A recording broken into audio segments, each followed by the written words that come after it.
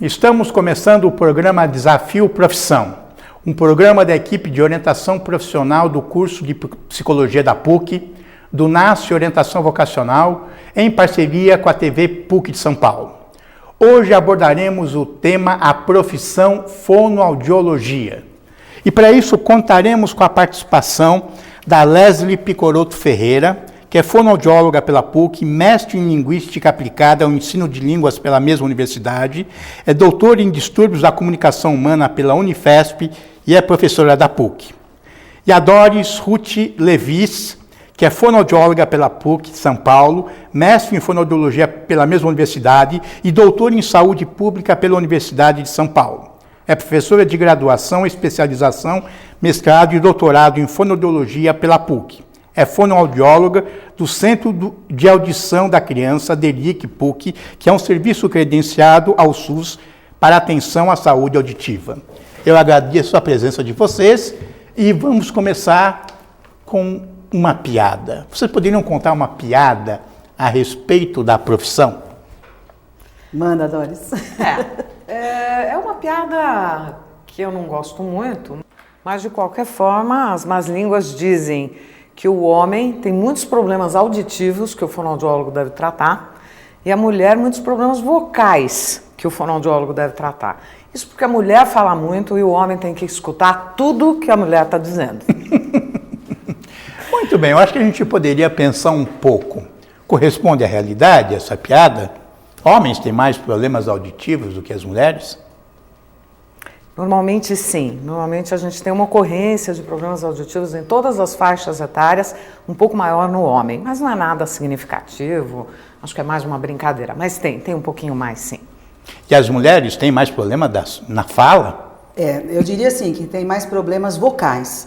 Na verdade, as mulheres já nascem com uma predisposição a problemas vocais, né? E muitas vezes, por exemplo, se a gente for pensar numa profissão, tipo professor, ela é muito mais... tem muito mais mulheres nessa profissão do que homens. E aí a gente vai perceber que tem muito mais problemas de voz nessa população por conta desse número maior de mulheres atuando como professor. E o fonoaudiólogo trabalha tanto com as questões auditivas quanto a questão vocal? Como?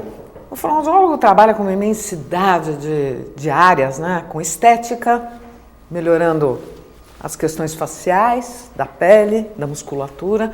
Trabalha com crianças que têm distúrbios de linguagem na escola, na fala, no aprendizado. Os problemas auditivos hoje muito fortes com a questão da política pública em saúde auditiva, nós temos uma participação importante. Os problemas vocais, tanto de voz, vou deixar a professora Leslie falar, que ela é mais adequada. A gente trabalha no jornalismo, com os profissionais da voz. De aprimoramento então, da voz. Sim, nós trabalhamos com voz, audição, linguagem, fala, estética, teatro, reabilitação, melhoria, desenvolvimento, um monte. Outro dia me fizeram essa pergunta, né? Estava aqui no estacionamento da PUC e aí de repente a pessoa falou: professora, a senhora é fonoaudióloga, né? Eu falei: sou. O que faz um fonoaudiólogo? E eu comecei a falar tudo isso que a Doris agora, né, comentou. E lá pelas tantas ela falou assim: então não vai resolver o problema da minha mãe. Eu falei: qual é o problema da sua mãe? Ela não está engolindo direito. Eu falei: eu esqueci de falar, porque o fonoaudiólogo também trabalha com pessoas que têm dificuldade em engolir, né? Eu acho que a fonoaudiologia nos últimos anos abriu muito e ela tem uma preocupação não só com as questões da doença, das doenças em si, mas também com as questões de aprimoramento, de promoção de saúde, de prevenção. Por exemplo, especialmente na minha área, a gente tem uma entrada em TV, rádio, teatro, que justamente vai ajudar aquele profissional que está exercendo naquele momento a sua profissão e precisando da sua voz para melhorar, para ficar mais adequado dentro daquele contexto, né? As pessoas, os jovens, eles usualmente dizem, eu estou apenas confirmando o contrário, eles imaginam uma profissão muito restrita, né?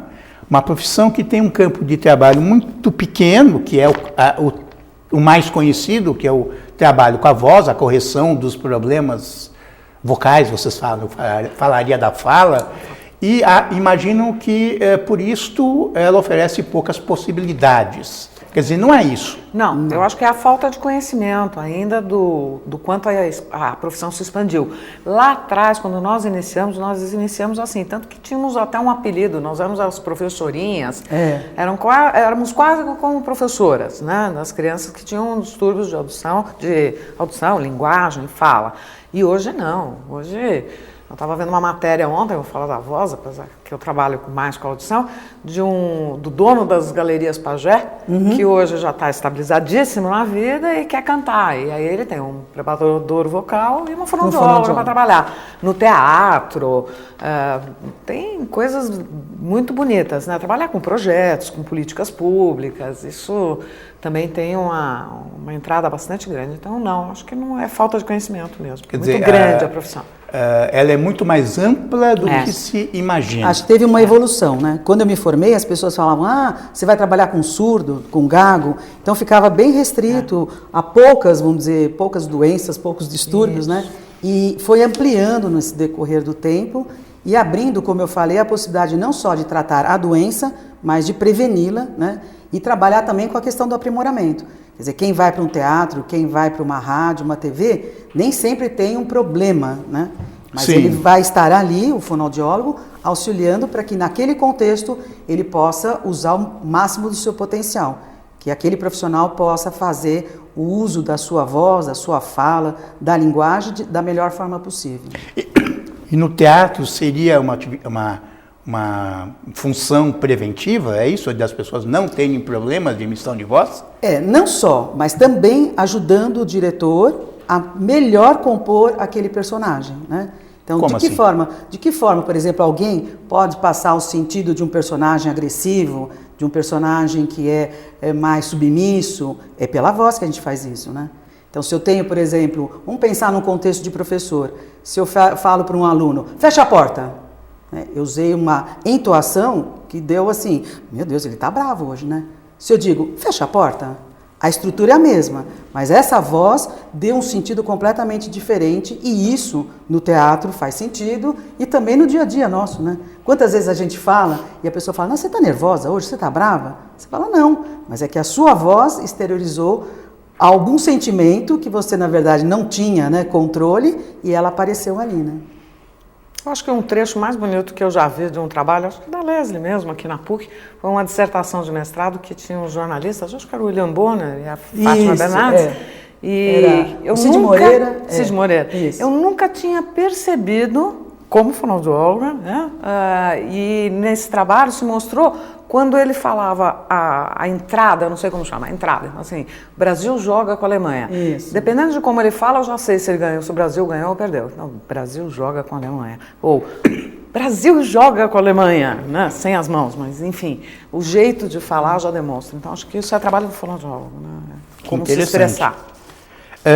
O site do Conselho Federal de Fonoaudiologia divulga os especialistas e há uma grande concentração em duas especialidades, em audiologia e em motricidade orofacial. O que isso significa? Quer dizer, são as duas grandes áreas de atuação de especialistas. Né? Na época que se preconizou a inscrição como especialista, foi na década de 90, o Conselho liberou que os fonoaudiólogos se inscrevessem e eles receberiam, a partir de um curso de especialização, um título de especialista.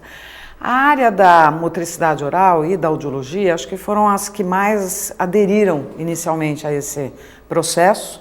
A área de audiologia é uma área de muito estudo tecnológico. Então, o fonoaudiólogo que está na audiologia, apesar dele ser de 20% a 30% apenas da profissão, o especialista em audiologia, ele estuda muito, ele vai muito a congresso, ele apresenta muito trabalho, ele faz muita dissertação. Ele precisa se atualizar com relação aos progressos, né, tecnológicos, dos aparelhos. Né? Conte um pouco o que é essa audiologia. A audiologia trabalha com todas as questões que envolvem a audição, a saúde auditiva, desde a promoção à saúde até a intervenção. Então, nós trabalhamos com a identificação, programas de prevenção, programas de identificação de problemas auditivos. Então, trabalhamos na maternidade fazendo testes de audição nos recém-nascidos, Na área de saúde trabalhadora é muito importante, um dos principais problemas no trabalhador, além do vocal, também temos o auditivo, o ruído, poluição sonora. Trabalhamos com os testes, então, para identificar esses problemas.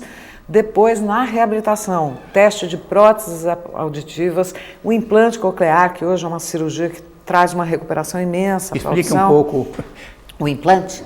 O implante coclear é uma cirurgia que não é para todo mundo, mas para quem, com o uso do aparelho, não consegue ainda escutar a voz humana com bastante clareza. É uma cirurgia que já foi mais complexa, mas é um eletrodo que é colocado dentro da cóclea do nosso ouvido, continua usando um aparelho e ele recupera a audição, mas de uma forma mais digital, né? Tanto que o apelido é ouvido biônico. E hoje nós temos essa cirurgia no Brasil já há mais de 20 anos, o SUS fornece essa cirurgia para os pacientes, então é uma grande fonte de reabilitação. E a terapia depois de tudo isso, né? Então promove, protege, identifica se tem o problema e depois recupera aí, ou com cirurgia, com aparelho, cirurgia médicos e nós na terapia.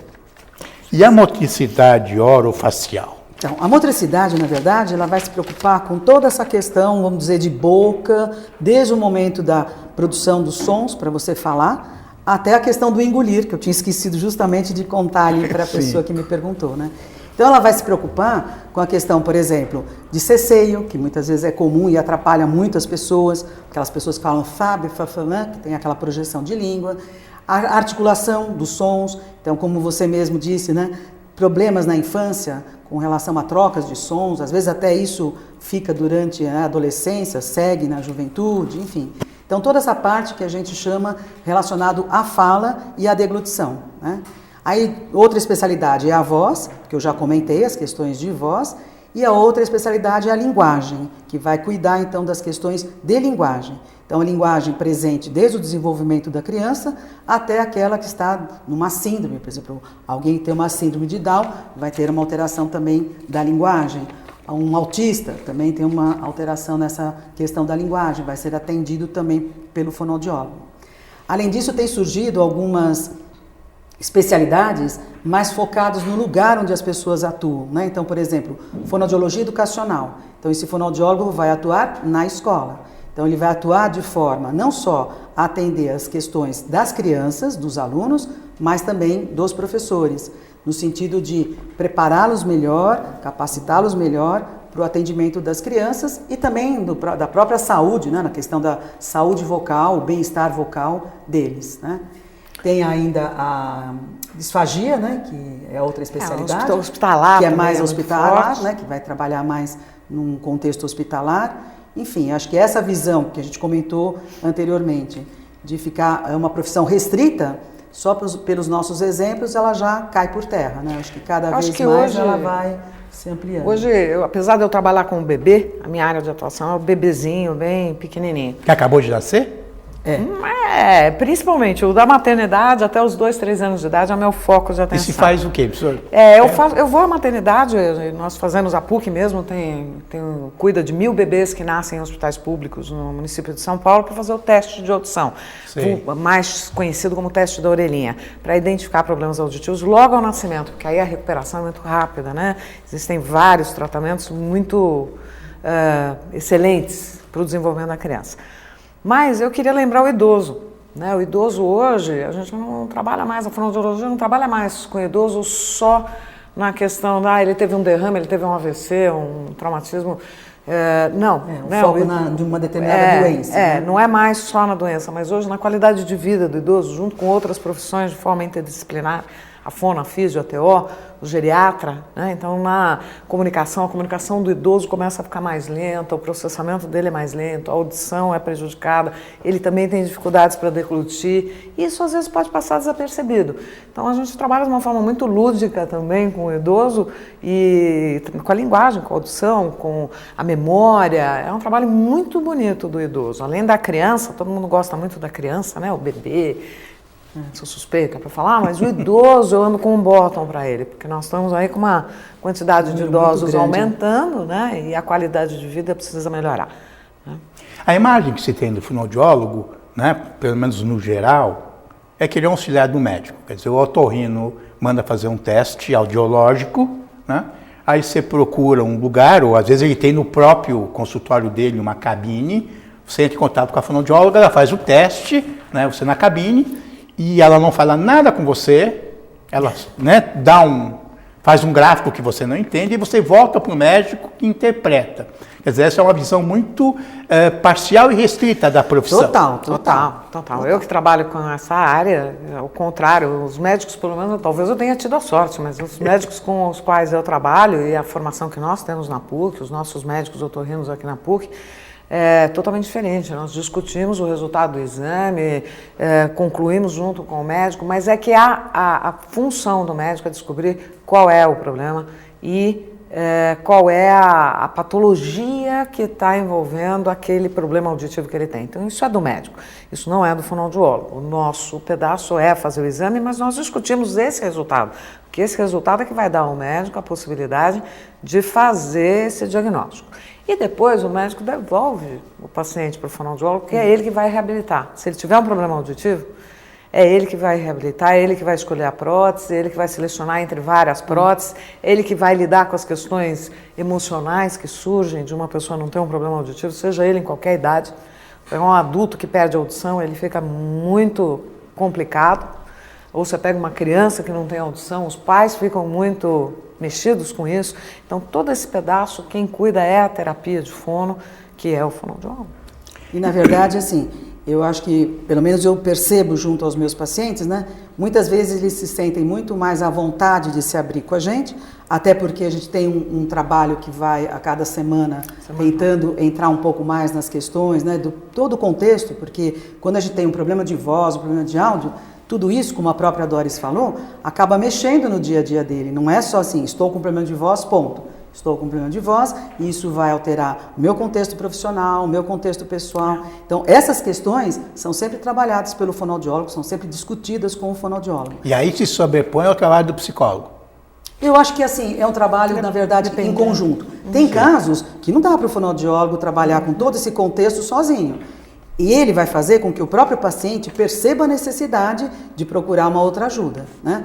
Tem vezes que, assim, só desse chegar, de contar, de perceber que existe algumas possibilidades, o psicólogo nem vai entrar em cena. Então é um trabalho, assim, sempre multidisciplinar, né? Porque, na verdade, tem o médico, tem a fono, tem o psicólogo, às vezes a físio, né? Às vezes tem um contexto, por exemplo, chega alguém com problema de voz e ele tem toda uma estrutura de coluna, toda uma alteração postural que sozinho o fonoaudiólogo não vai dar conta. Ele vai precisar pensar numa companhia ali, num trabalho em parceria com um fisioterapeuta. Mesmo num hospital, né, toda a parte de nutrição, alimentação, você tem a nutricionista, mas tem a fono que administra aquilo. Os bebês hoje que nasceram e ficam numa UTI têm alta mais rápida, dado o trabalho da fono dentro da UTI neonatal.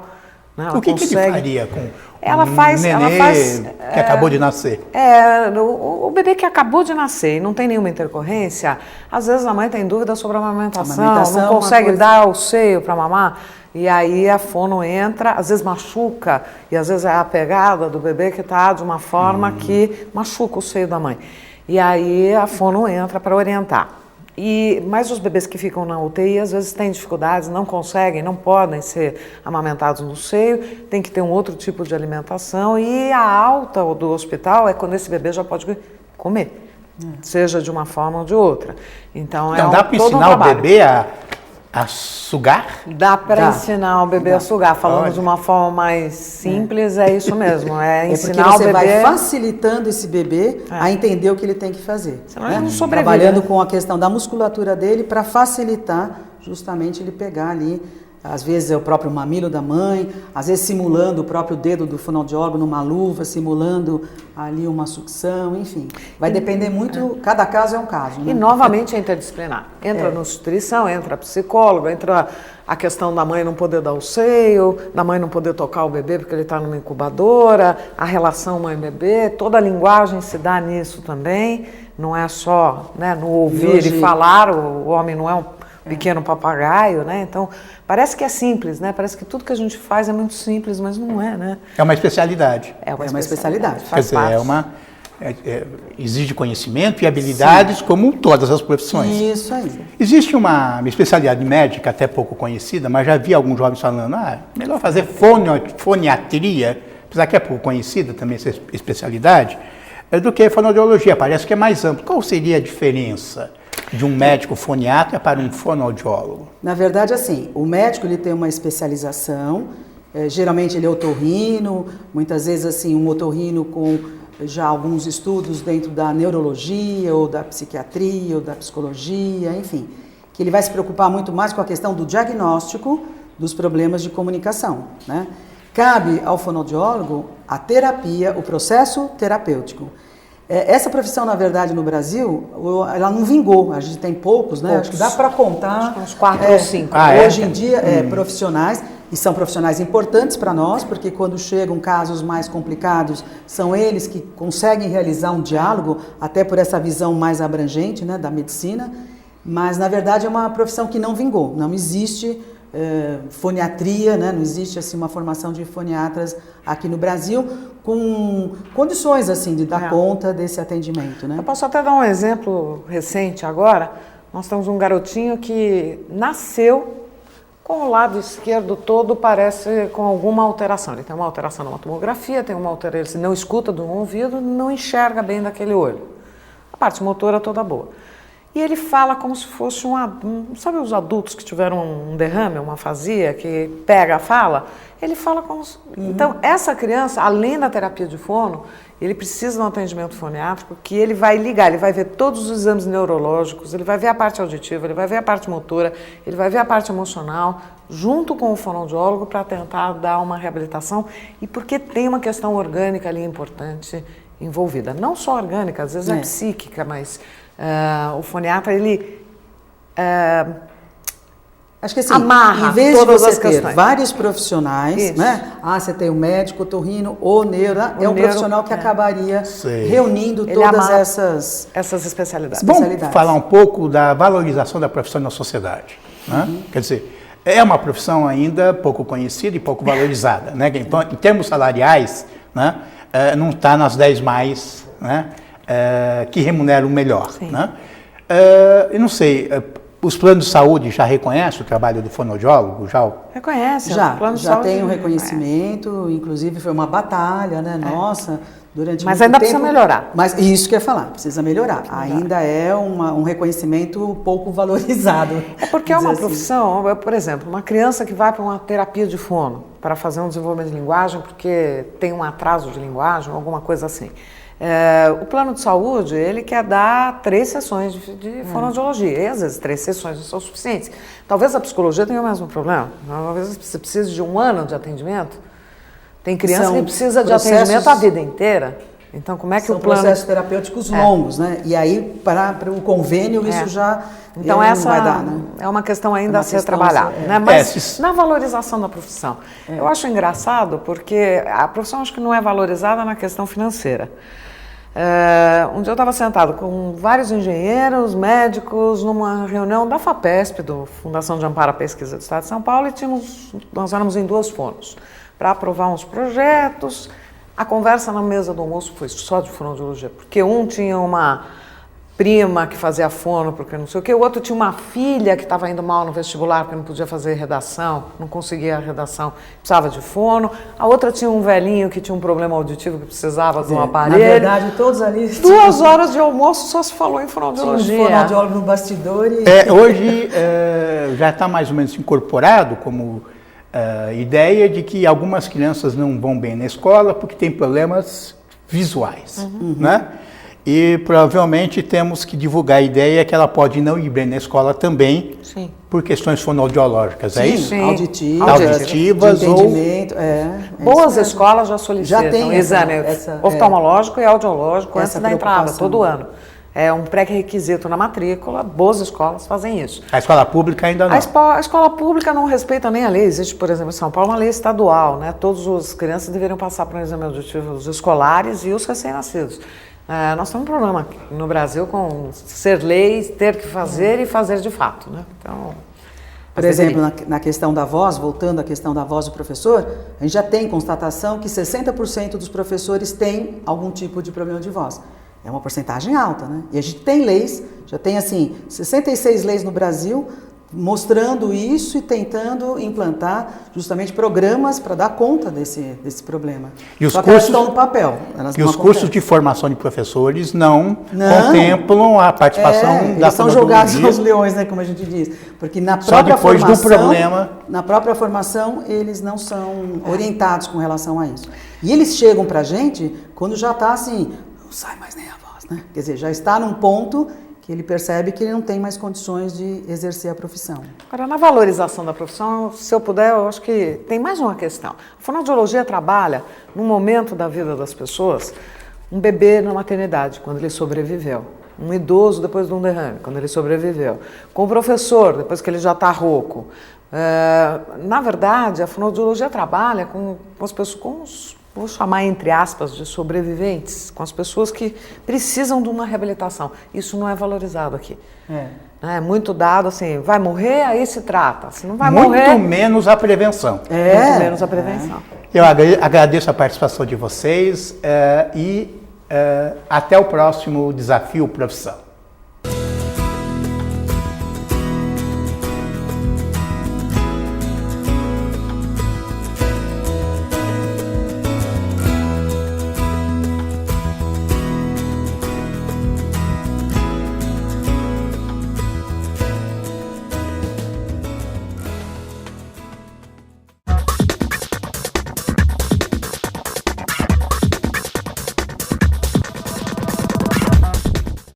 Certamente você já ouviu falar sobre as dietas da moda.